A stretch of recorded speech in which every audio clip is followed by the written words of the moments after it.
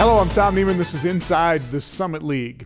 We start in Denver this week, and the University of Denver women's golf team has been known recently for having a lot of European players on the roster, and it's no different this year. One of them is from Northern Ireland, and she is from the same hometown as the best men's player on the planet right now. Jessica Carty is just a sophomore on the Denver women's golf team. She finished tied for 8th last year in the Summit League Championships. And she has thoughts of maybe getting paid to play someday. I still have a couple more years here, but I'd like to work hard, see how it goes, and then consider turning pro. I don't know, it's hard to call right now, but get my education kind of out of the way and work hard here with my golf over the next couple of years, and definitely I'd consider turning pro, yeah. Well, that would put her in the company of another pro from her hometown. A young man who won the British Open this year and is the #1 ranked player in the world. Rory McIlroy and Jessica Carty both hail from a little town in Northern Ireland called Holywood. It's a pretty small town. It's about 5 minutes from the capital city, Belfast. But like, you would walk down the street and you would know everyone. It's really small, and the golf club is great. Everyone, it's like a really close club, and everyone is really supportive of like me when I'm doing well, and obviously they were really proud that Rory's from there, so it's a nice little town. And in that nice little town, people know people, and it just so happens that the Cartys got to know the McIlroys. My dad grew up playing golf at the club, and all his family grew up playing there. They were all pretty good golfers as well, so yeah, my dad and Rory's dad have been pretty close, and my mom actually used to babysit him when he was younger. She has some funny stories, so yeah, that's how that came about. McIlroy is a handful of years older than Carty, but the two have crossed paths before and talked a bit about the game. He gave her some advice not too long ago. Just to keep working hard. I actually won the Irish Girls, which is like our national championship. I won it a couple of years ago, and he somehow found out and sent me a text saying, like, "Jess, I heard the good news, good job, keep up the hard work." So that's all he's pretty much said, keep up the hard work. He's just a normal guy, he's just like anyone else. He hasn't changed a bit, and when he comes back to Hollywood, he just comes into the golf club and sits down with someone like anyone else would, so he's a really nice guy. It's scary to think of what he will be able to do in the game of golf. He's already achieved so much at such a young age, and I personally don't think there's anyone out there that strikes a ball like he does, so it'll be interesting to see how far he can go and how many more majors he can win. Well, Carty and her teammates get their season started next week at a tournament in New Mexico. Denver has 4 international students on the women's golf roster right now. One of them is Rachel Watton. She's a senior from Scotland. She and Carty played each other in a match in Europe a few years ago. Watton put a good word in at Denver for Carty, and that is partly how Carty became a Denver Pioneer and a Summit League student athlete. What next? The Karate Kid from IUPUI. Does martial arts training help him on the soccer field? We'll kick that around with Luke Sartino next. Inside the Summit League on Midco Sports Network is presented by Grand Falls Casino and Golf Resort and Dakota Land Honda. Inside the Summit League on Midco Sports Network is presented by Sanford Health and your Heartland Chevy dealers.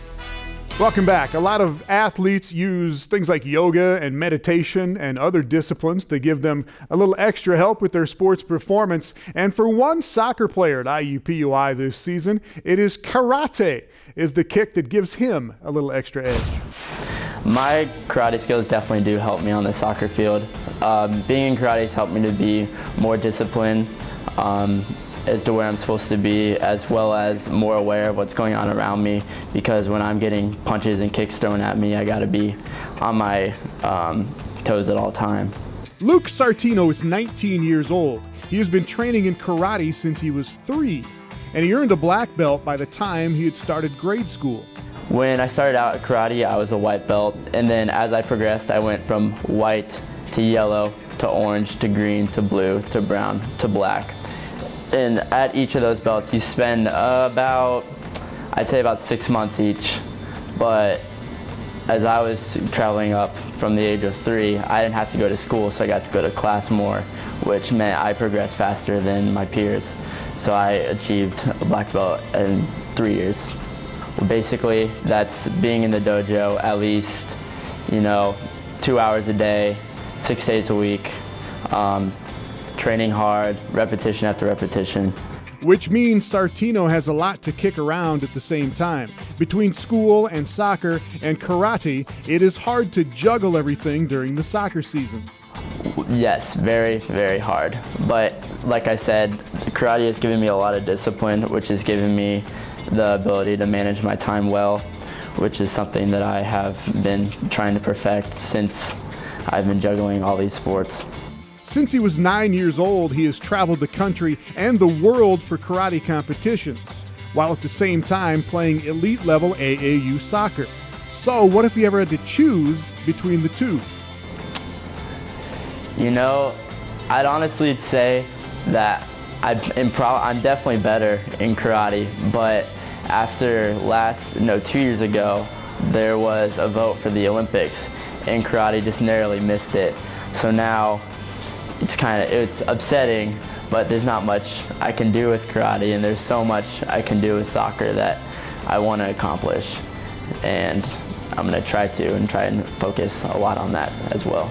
I think MMA fighting in the UFC is a really cool thing that's been getting extremely popular lately.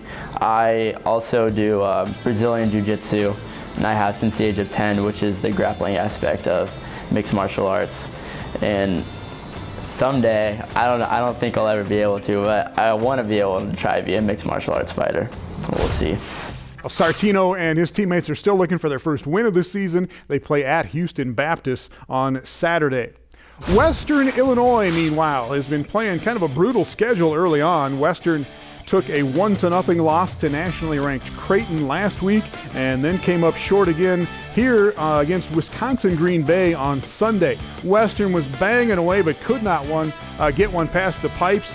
The Phoenix of Green Bay get a goal in the 70th minute, and they beat the Leathernecks 1-0. Well, the Western Illinois women's soccer team is picked to finish 5th in the league this year, right in the middle of the pack. But here are some of the Leatherneck ladies explaining why they just might surprise some people this year. I think last year set a precedent for just starting from the bottom and building, because we've graduated a lot of seniors, and now we brought in a youthful group, and we're ready. We have fresh legs. We're vibrant and excited for the season to start, and if anything, we're forgetting about the past and starting brand new, starting fresh, and it feels good. It just feels like I just have such a good positive feeling about this year, even though we have so many incoming freshmen. I feel like we're really going to be able to integrate as a team with the seniors that we have and the leaders, including the juniors, and just mixing our whole team together. To fill the void from last year, I think the most important thing is to get our freshman class up to speed with us as soon as possible. So that's going to take a lot of leadership, a lot of helping. It's really hard to transition from the playing in your high school, being the best player, to all of a sudden coming to college and everybody's a really good player. So we just need to get them up to speed. We need to help them leadership-wise, and there's their ups and downs, but I really think that we can do it. So I think that if we can get them confident and to play as a team and to have each other's backs, if everyone wants to play for each other more than they want to play for themselves, then I think we'll be good. I think some of the goals for us this year is, every year we kind of have it is staying undefeated home on our home turf. We kind of pride our not losing at home at all. Another goal I think would be getting to the tournament, obviously, winning conference and winning the tournament. So big goals, but we can do it. I have faith. Well, Western Illinois took on Valparaiso on Sunday, and this did not go very well for the Leathernecks. Amy Bennett, though, weaving her way in for Western Illinois, gets the shot off but gets turned away. Each team had 8 shots on goal in this match. Valparaiso tallies twice in the first half. They get one in the 17th minute. Makes it 1-0. Good save, though, coming up here by Victoria Capel for Western Illinois. But Valpo would get another one just before the half. 3-0 is the final in this match. And Ted Flogaitis was not real pleased after his team drops to 1-5 on the season. I don't think you can win a match at the college level when you bring that little energy to the match. I think that we got out-competed in every facet of the game, and quite frankly, I don't think we ever showed up for this match. All right, it'll get better for Western Illinois. In Brookings, meanwhile, South Dakota State hosting Drake. The Jackrabbits looking for their first win after 3 losses to start the season. Drake gets on the board first, though, and the Bulldogs lead at 1-0 at halftime. Drake is leading 2-0 in the second half, and then Shelby Raper goes to work for the Jackrabbits. 10 yards out there, boom, and the Jacks cut the lead in half. They're down 2-1. And then just 6 minutes after that, Raper again on an assist, this time from Diana Potterveld, and South Dakota State ties the match at 2-2. And then they win it in the 81st minute on a penalty kick. Madison Ewell knocks it in, and the Jackrabbits do get their first win, 3-2 over Drake. In Denver, the Pioneers and Kansas, and this is just a bad soccer mistake, trying to play it back to the keeper, but it gets ripped off by the Jayhawks, and a gift goal there to make it 1-0 Kansas. Look at this save, though, a little later. Denver's Cassidy Ray in goal. Very nice. But Kansas gets another goal just before the half. This one from the corner off of one of the Denver defenders. An own goal to make it 2-0 Kansas. Couple of good chances for Denver after that. Sam Harder had one of them, about knocks the goal over with that blast, but the Pioneers would get nothing. Shelby Wessler had a chance a little bit later. Nothing for Wesley there, though. Kansas wins it 2-0, and the Jayhawks are 6-0, by the way, getting some national ranking attention this week. And in Fargo, North Dakota State off to a 4-0 start on the season, hosting Iowa State on Sunday. Sierra Bonham, all Summit League second teamer last year. She kept the Cyclones out of the goal for almost 82 minutes. Problem was the Bison could only manage 2 shots on goal themselves. Neither one would find the net. One here by Olivia Norman, but that is denied. Iowa State slips one past Bonham in the 82nd minute. 1-0 Iowa State is the final. We will check out the volleyball program in Fargo next, see what the Bison have in store this year, plus highlights as our Summit League teams took on the state of Texas over the weekend. Inside the Summit League on Midco Sports Network is presented by Grand Falls Casino and Golf Resort and Dakota Land Honda. Inside the Summit League on Midco Sports Network is presented by Sanford Health and your Heartland Chevy dealers. Welcome back. It was kind of a rough year for the North Dakota State volleyball team last year. 6-22 overall, 6-8 in Summit League play. They were a very young team last year, and they still are this year, but hoping to work that in to a few more wins this season. Brett Rory has the story from Fargo. As a team, we have some pretty high goals this year. We want to win a preseason tournament and win the Summit League championship. The North Dakota State volleyball team is still confident this year after putting up a record of 6-22 last season. One reason for the belief is the amount of experience the Bison are bringing back. Even though North Dakota State may still be a young team, they are bringing back a lot of experience, especially from the 8 returning sophomores. But those freshmen last year that are now sophomores are experienced. You know, they have a season under their belt, which is exciting to see the progress that they've made in just a little short time. NDSU's non-conference season will be a challenge with 2 tournaments to start the year. But for fourth-year head coach Carrie Thompson, this stretch is what the Bison need to succeed in the Summit League. So I think it'll establish us in our level and then put us in position to go and compete for a Summit League championship. North Dakota State returned its leader in kills from last year in junior Jenny Fossbender, and believe it or not, with the more experienced lineup around her, expect a better season from the Wisconsin native. There's a good balance now where she doesn't feel like she has to maybe look out for all the freshmen that are out there because they have that experience now. So I think she'll be able to relax and maybe just play a little bit more of her own game than what she had to last year. It's pretty great having that many returners and having them have that experience because now they can step up and be a leader to those freshmen and also to other players on the team as well. All right, elsewhere in volleyball, it seemed like everybody was playing a team from Texas last week. South Dakota State was playing Stephen F. Austin as part of the Jackrabbit Invitational in Brookings. Wagner Larson had 9 kills for the Jacks. Casey Herman added 10. Tiara Gibson had 12 kills for South Dakota State, and they play 5 sets, but they fall in 5, 15-12 in the last set here. The Jacks lost to Kansas City and Valparaiso in their other matches in the Jackrabbit Invitational. In Denver, the Pioneers taking on a Texas team as well, Sam Houston State. This one part of the Pioneer Classic in Denver. Good match for Nola Basie. She hits .519, 16 kills in the match for her. Erica Denny is 6'5" in the middle for Denver. She had 6 blocks. Denver wins this one in 3 sets. The Pioneers beat Bradley and then lost to Kansas to round out their weekend. And in Macomb, Illinois, Western Illinois facing Texas El Paso. In the Leatherneck Invitational, Jordan Jackson on the block for Western. And then a quick set here to Melanie Miller for the kill. Very nice. Peyton Crosser had 18 kills for Western Illinois, but they fall in this one to UTEP 3-1. Well, we've got cross country coming up next. Why South Dakota State is so good and how they are getting better. Inside the Summit League on Midco Sports Network is presented by Grand Falls Casino and Golf Resort and Dakota Land Honda. Inside the Summit League on Midco Sports Network is presented by Sanford Health and your Heartland Chevy dealers. Well, South Dakota State has won 4 of the last 5 Summit League championships in men's cross country. They are coached by former Olympian and Jackrabbit star Rod DeHaven. He also coaches track and field, and he says that his runners and others at other programs are getting better because the schools are putting up buildings to help these programs to keep building. At South Dakota State, they have the new indoor facility that opens next month.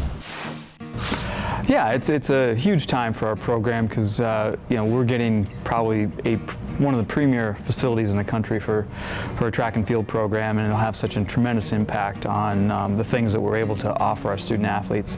Not only a great practice facility, but a competition facility, which essentially means the 30-year road trip that we've been on will finally be over, and I think that makes a big deal in terms of how their performances are going to pan out, and ultimately, more kids are going to take a look at our university that would have never looked at it before because we've had very little to offer them in terms of a place where they can see themselves meeting their highest potential as a student athlete. When you look at all the programs that have definitely made a commitment, starting with IUPUI in particular, I mean that's a team that if they're flying under the radar, won't be flying under the radar very long. And then North Dakota State and USD, which have established themselves really on the track, have solid cross country programs and good individuals and good coaches and all that sort of stuff that makes a difference. So it's not by accident that we've been able to be on top, but it's also not easy, and we're going to have to fight like heck to be in the top 2 teams this fall. Well, the indoor track season doesn't get started really until January, but the Jacks will be loving that new indoor building. In the meantime, they'll have a kind of a grand opening there on October 11th. That's the same day, by the way, that Rod DeHaven is inducted into the Jackrabbit Sports Hall of Fame. Back to cross country, though, South Dakota State finished 4th out of 4 teams at the Oz Memorial last Friday behind Drake and Minnesota and Northern Iowa. The Jacks' Brendan Sage, though, finished 3rd overall out of 40 runners. Well, a little off-season hoops news here. For what it's worth, one national publication is picking Oral Roberts to win the league in men's basketball. ORU returns to the Summit this year after 2 seasons in the Southland Conference. These rankings are put together by a North Carolina-based writer. He has Obi Emigano, who was at Western Illinois before Oral Roberts, as the top player this year, and DeAndre Parks, a JUCO transfer at South Dakota State, is the top newcomer.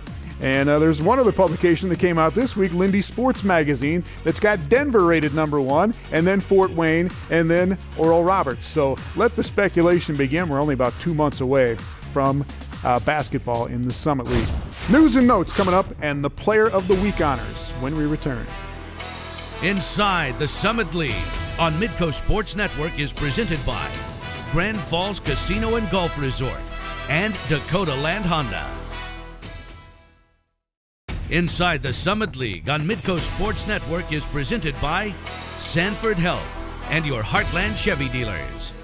Welcome back. In this week's news and notes, your players of the week in this Summit League. Start with men's soccer. Mark Moulton of Omaha racked up 5 points in a pair of Omaha wins over Cincinnati and Belmont. He is tied right now for the most assists in all of Division I with 5. Nick Miller of Omaha is the defensive player of the week, scored his first goal of this season and helped lead the defensive attack as the Mavericks improved to 2-2 on the season. In women's soccer, a couple of players of the week, Chrissy Kirchhoff of IUPUI, all 3 goals in a 3-2 win over Eastern Illinois. The 3 goals by the sophomore, the first goals of her career. And Shelby Raper, we showed you those 2 goals as South Dakota State beat Drake 3-2. Raper had a goal and an assist as well in a win over Bemidji State on Sunday. She leads the Jackrabbits right now with 4 goals. Defensive Player of the Week, Kaylee Cox of Oral Roberts. She led the back line and scored the winning goal in a 2-1 win over SMU. In volleyball, Emily Spencer of Fort Wayne, the 8th time now that she's been the Player of the Week in the Summit League, had double-digit kills in 3 matches in a tournament in Dayton, Ohio, and the senior moves into 3rd place now in Summit League history with 1,603 career kills. Melissa Fertko of South Dakota, the Defensive Player of the Week, tied the school block record for a 3-set match in a win over Tulane, and she had 25 blocks in 3 matches on the week for the Coyotes. And a couple of cross-country notes. Fort Wayne's Brittany Beard won the Walt Crawford Open over the weekend at Eastern Illinois, and USD's Amber Eichhorn won the Augustana Twilight on Friday, with the Coyotes winning the women's team title there as well. Thanks to all of our member schools. We'll see you next week on Inside the Summit League.